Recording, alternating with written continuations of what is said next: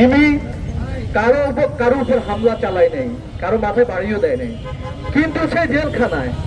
আর যে আসামি ওই কুটনিয়াতে পীর শামীমকে হত্যা করেছে, সে প্রকাশ্যে দিবালোকে ঘুরে বেড়াচ্ছে। কি এক আশ্চর্যজনক ঘটনা!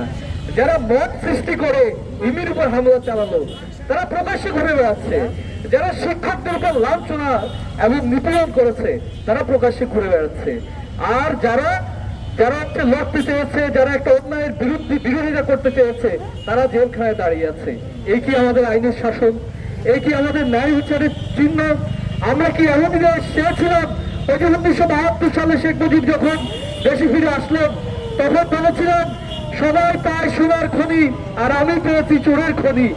আমরা জুলাই অভ্যুত্থানের পরে দেখলাম আমরা সবাই পাই সোনার খনি আর সবাই পায় হচ্ছে নেতৃত্ব, আর আমরা পেয়েছি ডক্টর ইউনূস।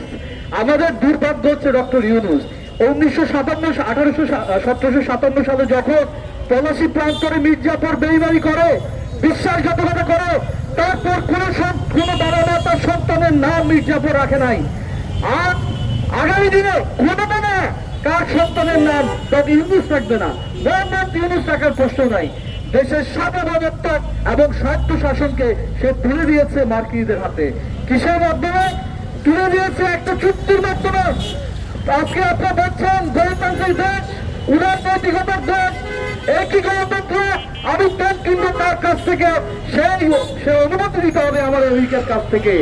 আমি তোমার কিন্তু কার কাছ থেকে সে অনুমতি দিতে হবে আমার হচ্ছে আমেরিকার কাছ থেকে। এই কি গণতান্ত্রিক বাংলাদেশ? এই কি মুক্তিযুদ্ধের বাংলাদেশ? এই এমন একটা চক্রের মধ্যে আমাদেরকে ফেলে দিয়েছে। আপনারা জানেন সাম্রাজ্যবাদী চুক্তিগুলোর কি ধরনের প্রতিফলন ঘটে। সাম্রাজ্যবাদী চুক্তিকে বাস্তবায়ন করার জন্য তারা প্রতিনিয়ত সরকারের উপর প্রেশার তৈরি করতে থাকে।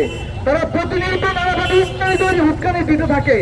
আমাদের দেশকে ডক্টর মোহাম্মদ ইউনূসের নেতৃত্বাধীন যে সরকার, তারা সেই দিকে ঠেলে দিয়েছে।